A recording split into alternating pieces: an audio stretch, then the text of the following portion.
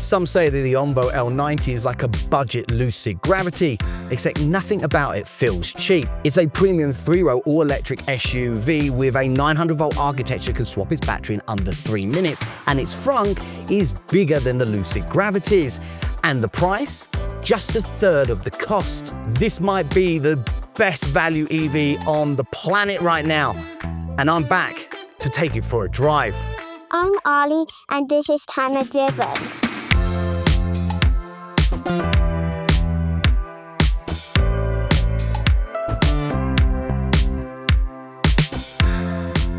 I've already done a full video of the exterior and interior of the ONVO L90, so be sure to go and check out that video. But let's do a quick recap of the highlights of the ONVO L90. On the exterior of the ONVO L90, you get the same kind of ONVO boomerang daytime running lights, and it's got pixel animation. And the headlights, well, they also are adaptive pixel headlights, meaning they can block out light pixels in order to not blind oncoming traffic. It also has brushed metal accents on the exterior called titanium finish, and you'll also find it down here on the wheels. It got automatic side steps. Daddy, has it got a big trunk? 430 litres, class leading. Mine out the way. The main compartment is 324 litres, and underneath there's an extra 106 litres. Need more space? Well, with a drop of a button, you can drop the rear seats and get even more room back here, but I still don't have an official figure. Meet China's largest frunk.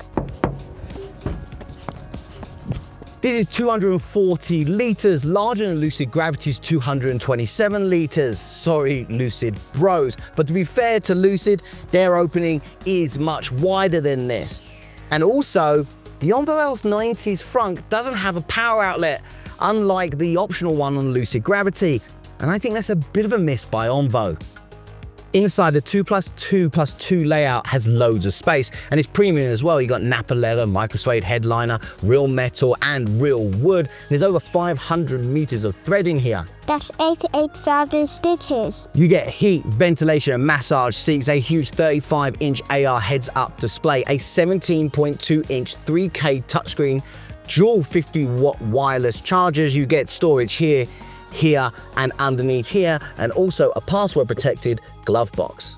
In the second row, there's another 17.2-inch 3K touchscreen. There's a smaller 8-inch touchscreen down here that also acts as another place to play media and control the car's functions. And there's also a fridge that can keep things cooled down to 0 degrees and heat them up to 50 degrees. And it has voice activation. 小乐小乐开冰箱. Back here, you got 2 USB-Cs and a display port, and these rear captain chairs have heat, ventilation and massage function as standard. On the passenger side, you get a table with a magnetic fixed point here and here for something like a iPad or phone holder.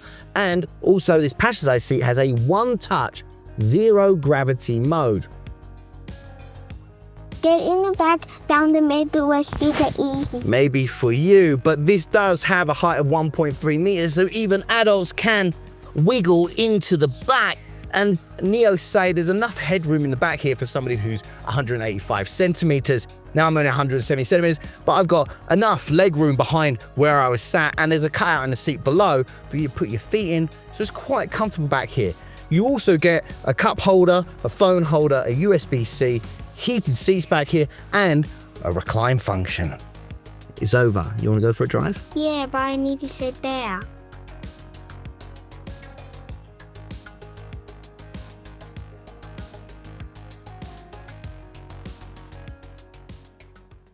Ollie, do you remember the other day we were coming into here and we saw the big windmills? See those big windmills at the top of the mountain? Yes. Do you want to go all the way up? We can drive up to the top of the mountain and go see those things really, really close. You want to go? Yes. All right.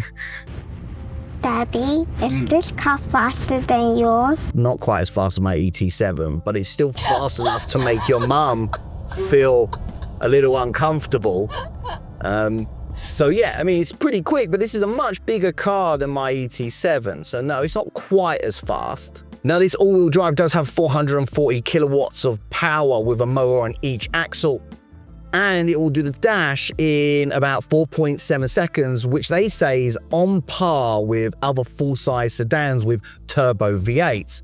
And the rear-wheel drive model with a single motor on the rear axle does it in about 5.9 seconds, and ONVO say that's in line with full-size SUVs with V6 turbos. And you don't need to be going any faster than that in a vehicle of this size. But the nice thing about this is its overtaking power. ONVO say from 80 to 120 in its all-wheel drive model only takes 3 seconds, and a rear-wheel drive model takes 3.6 seconds. So it's got plenty of punch at the higher end. Daddy, Yeah, buddy, what's up? is this a NIO car? Can I swap like your car? This is an ONVO. It's not a NIO car, but NIO own ONVO. It's their other brand. So yeah, it can swap battery like my car, but this doesn't have the same battery as my ET7, although it can use some of the same swap stations. It can use some Gen 3s and it can use the Gen 4 swap stations. But this has an 85 kilowatt hour LFP pack. And ONVO claim that the rear-wheel drive has a range of 605 kilometers, and this all-wheel drive has 570 kilometers. Now that's on the CTLC, but well over 500 kilometers in a vehicle of this size seems very, very decent. Baby, why this car can go further than your car? Well, this has a slightly larger battery, but there's a lot of different things. This is on the newer NIO NT3 platform. Mine's on the older NT2 platform. So there's like a lot of optimizations on this platform when it comes to like efficiency. And also this is maybe one of the lightest full-size SUVs on the Chinese market. This is like 100 kilos less than a BMW X7, which is quite impressive because normally we think that EVs are much heavier than their petrol counterparts. But because this is on the new platform, on the NT3, this is all 900 volt architecture, so it's got smaller, lighter motors. The battery is lighter. They do like a rear mega casting, so they basically cast the whole of the rear floor in one massive piece. That makes it a lot lighter. And they also use their own aluminium alloy called NIO 2. That's also a lightweight aluminium alloy. So, but all these things together, yeah, this is just the next generation, if you like. Mine's yeah, sad to say, you know, basically mine's already the old generation after, what, 3 years? Okay. Oh, that's all you have to say. What else do you want me to say? Ollie, let's play a game. How much do you weigh? 28 kilos? No, I weigh 27.9. Fine, 27.9. How many Ollies do you think this car weighs? 25, Oh, more than that. It's not that light. 28, No, much more. 200, No, lower. 89. That's actually quite close. It's probably around about between 80 and 84 Ollies for this car.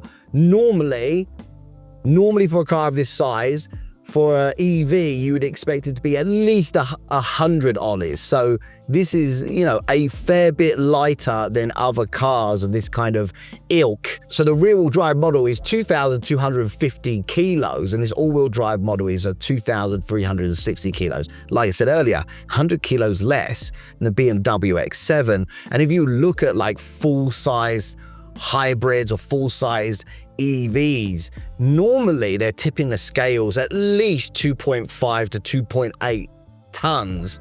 So yeah, this is pretty light, and that obviously all goes into its efficiency and all the other kind of driving dynamics in it being lighter really does help it be able to perform better in other areas. Ollie, look, can you see? Yes, Can you see all those windmills? We're gonna get closer. Is that cool?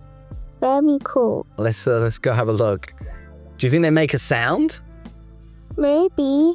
Maybe, but we're gonna find out very, very soon. What kind of sound do you think they make? If they make a sound, what sound do you think it is? because it's like it's turning the wind. Oh, really? So there's gonna be like a wind sound. Okay. Maybe it's those around. Well, that would be really horrible, wouldn't it? Yes. Then no one want to make it. Nobody want to make it. No one want to go near them. This is the first time I've been so close to them as well. So let's go have a look. Oh, wow. Look at those. Ollie, look at that. Look at those windmills right there. Oh, so big. So big. Should we go up to one close? So this is the windmill we want to see. How big is it? Super big. It's so big, right? Look, you have to look all the way up in the sky even to see it. Does it make a sound? Can you hear it? Yeah. What's the sound? It sounds like a vroom, vroom, vroom as it cuts through the air, right? It's really cool because that makes electricity for us using the air, using the wind, and the wind doesn't run out, right? So as long as the wind is blowing, then it can make us electricity, and that's why they put them up here on the mountains, right? Because it's more windy up here.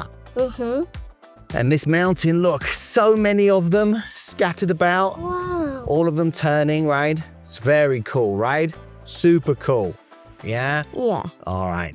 Right, we're going to go up, and I want to ask you about what you think is some of the best things about this car. So let's go and let's go do that, all right? Very cool, though. We can't get any closer, though, because it says it's dangerous for us to get closer. Okay, so off-road in the ONVO L90. I'm in full air suspension. So this actually has a really wide range of air suspension, 100 millimeters from the lowest setting to the highest setting. That's going to help us out here on this kind of bumpy, untarmacked road. I mean, it's doing all right. I mean, I'm not in any way, you know, an off-road expert. But every now and again in China, you do come across roads like this, especially in the countryside. So it is nice that this easily goes through them. No problem. Obviously, it's a big SUV. It's got decent ride height. And with the added air suspension, you got even more. We are so high. Why we still can't touch the wind, the clouds? We're not high enough for the clouds. The clouds are super high. We touched the clouds when we were on the aeroplane, right? We fly through the clouds. We're not on the aeroplane. But our hand didn't touch it. I know. You can't get your hand out of the aeroplane. Is it very heavy? Clouds? Nope. Clouds are made of water. It's just a water vapor. It's like mist. Really, really thick mist. It was heavy. What's going to happen to the aeroplane if it hits it? Why? So when we go through the clouds, we do a boom as we hit the clouds. Wow, look. So green. My favorite color is everywhere. Green's your favorite color everywhere, huh? Okay, buddy, so I just want to talk to you a little bit about this car, the ONVO L90, and what you think about it. Okay, we've been with it all day. So, what's your favorite thing about this car? Have a TV on the back. Have a TV in the back, that's your favorite thing Yes, about the car. Okay, why? because I can watch TV. Yeah, okay. And that's the best thing about the car. And don't need Wi-Fi. It doesn't need, because if you use mummy's iPad, you need to have somebody to give you the Wi-Fi, right? Because it doesn't have a SIM card. Okay. Anything else you like about this car? Anything else special? Yes, What? I can sit here. You can sit here, yeah, okay. And he have some place to put a drink. Yeah, here has some place to put a drink. And you told me earlier you thought that this looked like a certain animal. What animal did you say this looks like? Hippo. The hippo. Why? Because the trunk, The trunk, well, it's called a frunk. the frunk is, when it opens, it's so big. It's like a hippo Like mouth. a big hippo's mouth. Okay, very funny. Okay, all right. And do you think this car is comfortable when you're sitting in it and driving around? Yes, It's comfortable, but I'm more like this. but you more like to sit here, but you like sitting here better. And do you think that it's quiet inside the car when there's no music playing? Yeah, Yeah. And do you think it would be easy for you to go to sleep in there? yes, You can lay down the seat? yes. Yeah. Okay. All right, that's it. I asked him what his favorite thing is. What's your favorite thing about this car? The fridge. You're joking, man. He says the rear screen TV. You say the fridge. Fine. Okay. Why? Can I really be honest about Yeah. it? Because I just feel compared with my car, over 500,000 car doesn't have a fridge. So I think this is perfect. Okay, sure. I mean, most NEVs now over 500,000 definitely have a fridge, but I get your point. Like, your car's a bit old, but the fact that it has a fridge for this price is really good. But it's interesting because, you know, normal people who are not in the media, right, like you two, what you care about is like a TV and a fridge. You're not really so interested in some of the tech that actually makes this whole vehicle possible. So, you know, like the fact that this can drive for quite a fair distance, it's quite powerful, it's got a huge frunk, swap the battery, all of this stuff. There's a lot of clever tech going on in here underneath the kind of skin. Like, would you say it's comfortable? Yeah, it's very comfortable. What do you... It's leather, right? Oh, you're talking about the materials. Yeah, okay, so the materials, do you think the materials are like... How do you think they compare to my car, to my 87? I think basically the same. I can't see the difference. So Yeah. are they different? I think they're pretty much on the same level. And my car was a lot more expensive than this car. But my car's a bit old now, and this is obviously the new platform from the NIO group. What about like when you're riding in it? Is it comfortable? As comfortable as my car? Yeah, I think so. It's very... because I don't really know about it. That's why I don't feel so much different. Then definitely... So you were surprised when you found out that you could buy this car with Yeah, for BaaS such a low for price. 190,000 RMB, right? $27,000. Yeah, I think it's a lot of car for the money. Yeah. And again, like I said, like for normal people like you don't really care about all the air suspension, the CDC that goes into making this a comfortable car. You only care about the kind of result, right? If it's comfortable, right? And obviously for you guys as well, like the design, interior materials, and some of the user functions like the fridge, that's kind of important for you. Okay. Yes, it's hot in summer. Okay. So this is comfortable in here? Yeah. Okay, fair enough. Okay, we're on our way back. We're crunched for time because it's a 3-hour drive back to the airport. So I'm just gonna blast through this for you. Now, in terms of suspension, you got a double wishbone up front and a 5-link in the rear. Now, that in itself is not particularly interesting. Yes, the double wishbone does help with the way that this steers, and ONVO do claim that this is more precise than its benchmarks.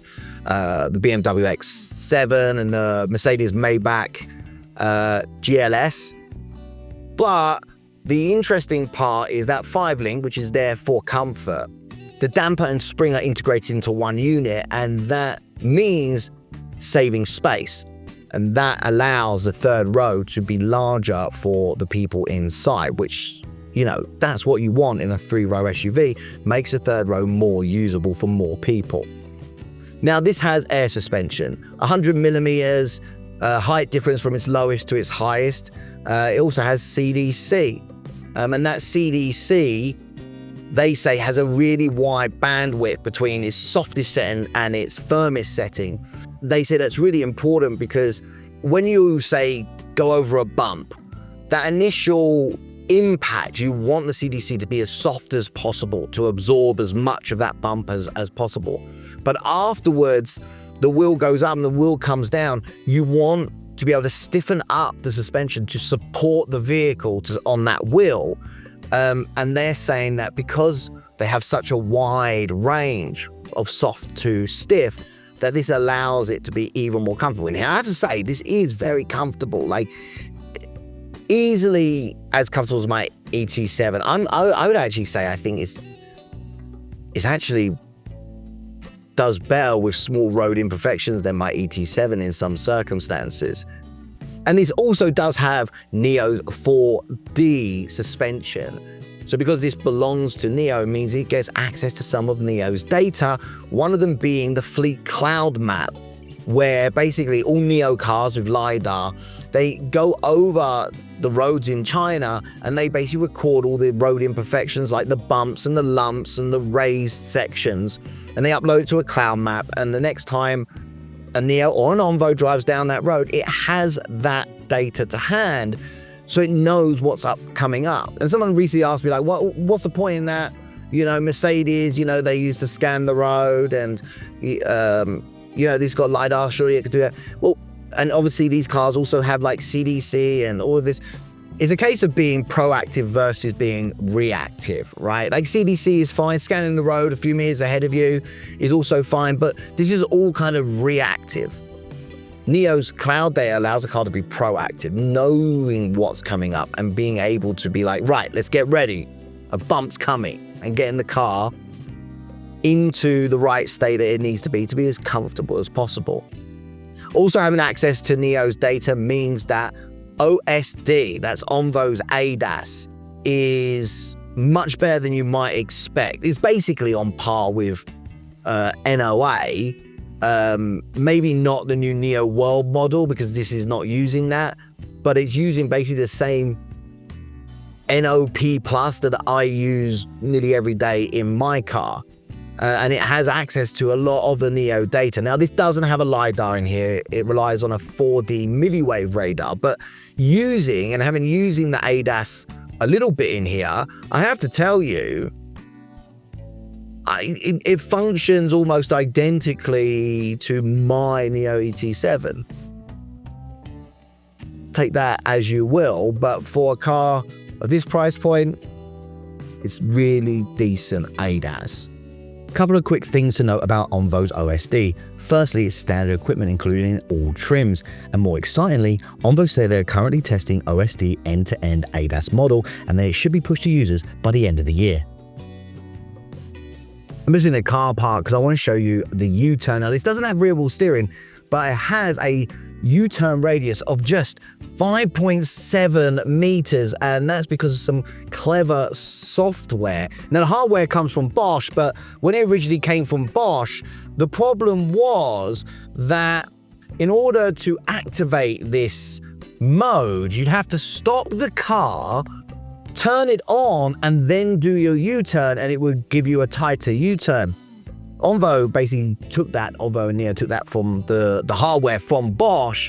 They did some software magic, and now you can just use it like you normally would. You just turn it on in the settings, and now it's always on. When you want to do a U-turn like this, 5.7 meters for a car that's, you know, over 5.1 meters long is not bad going, especially when you don't have the help of hardware like rear wheel steering. Now, there were two benchmarks for this car, right? There was the BMW X7, which you kind of care about more for the dynamics of this car, and also the Mercedes Maybach GLS 480, which is going to be more important benchmark for things like ride comfort and in-cabin noise. Now, I've just turned off the AC. There's no music playing. There's actually four of us sat in the car here, my cameraman, my wife, and my little boy who's breathing heavily, sleeping. But I mean, that's pretty quiet. It's pretty quiet. Is it quieter than Mercedes Maybach GLS 480? I couldn't tell you.